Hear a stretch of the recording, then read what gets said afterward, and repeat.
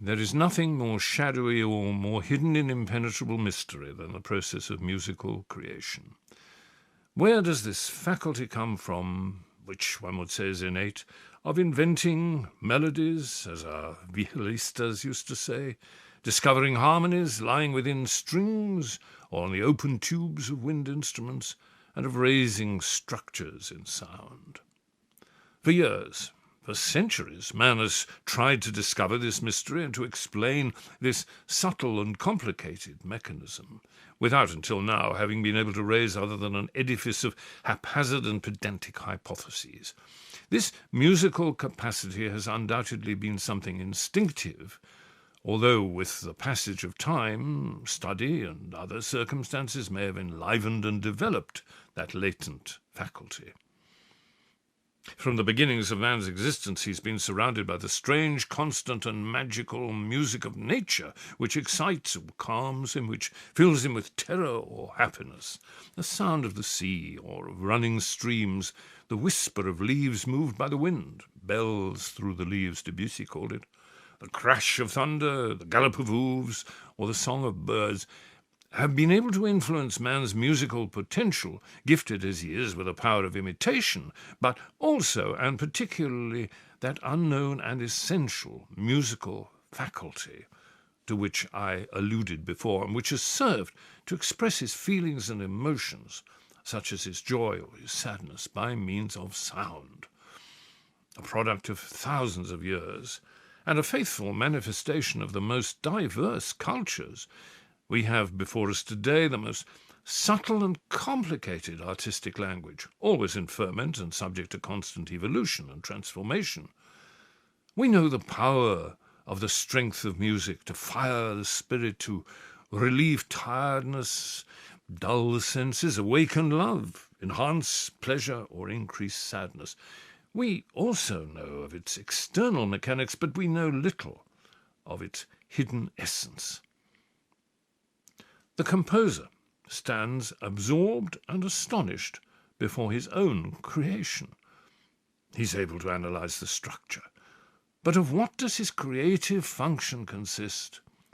He knows that music is sufficient not only unto itself, it also portrays and exalts the emotions of words, evokes in us a past feeling or happening, or is capable of describing or even narrating an event, or of imitating a natural phenomenon.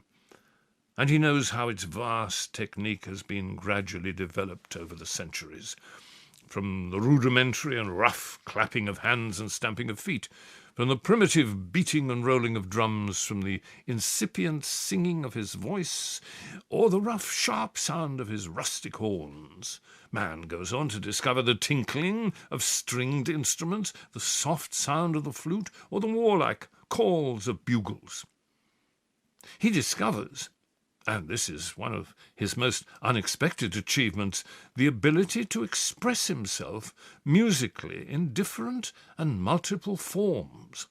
He obtains a rhythmic variety that is virtually infinite, develops a sense of hearing which understands and assimilates an even greater number of sounds, supports ever-renewed harmonic clusters, and retains and transmits a whole structure of sound which passes before him and which lives only in time. What magic alchemy music distills! In antiquity, divine origins were ascribed to music, and one of the 9 muses, Euterpe, was endowed with musical attributes. We ourselves visualize God on his throne, surrounded by legions of angels and seraphim who sing his praises to all eternity. The first doctors were also musicians, and the musicians were wise men who, with their magic and their music, cured the sick and predisposed them to obtain the favour of the gods. These practices have come down to our own times, and one can still see dervishes put snakes to sleep with the sound of their flutes while they ceaselessly twist and turn. And, as in centuries long ago, music is recognised to have curative powers, not only to placate and mitigate our passions, but also serving to cure other ills. The priests, when they addressed their gods or implored their favours, did so and still do by chanting and singing, and it was by singing that they transmitted to their people the predictions of the oracles. They sang and sing their prayers in order that their words may go higher to the heights, since music is an art with neither weight nor specific measure. Thus Mendelssohn was able to write, "On wings of song." And it's wonderful that St. Augustine has told us that on the day of judgment our bodies will become sound. That is to say, something ethereal, intangible, like our spirit. Divinity and magic surround the essence and origin of music, and our 16th century masters, as I said before, called themselves inventors and took as their example Orpheus, that demigod who calmed the anger of the Furies with his song and was able to tear from their grasp his beloved Eurydice. We have tried to harness and encapsulate the gift of creation, teaching it through fixed rules and trusted methods. But the only thing we can learn and teach, and even this varies over time, is what man has been able to codify. We learn the delicate and subtle mathematics of musical meter. We know how to order the steps of the various tonal functions and their hierarchy within the diatonic system in which our art has remained during so many years. We understand and recognize the distinct forms and structures which those same tonal hierarchies and the power of meter have engendered. And we recognize thematic antagonisms, their implications and consequences, the variety of agents of sound which cause in our emotions such differing sensations. All this we practice and learn. But of what does our musical creation itself consist, and where does it reside?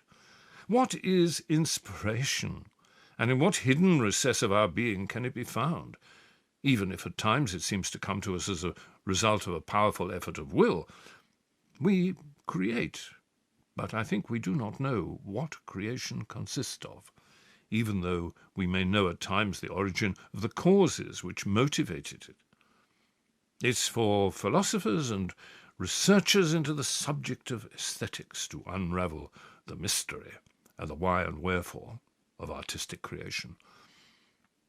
Let there remain for us composers the miracle of ordering new harmonic progressions, discovering neologisms in sound, singing a new melody, or making vibrate a previously unheard web of orchestral sound.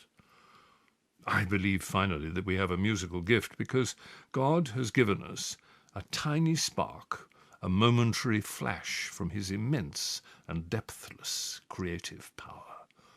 The only thing which we must do is to proffer it and share it with true modesty and infinite humility.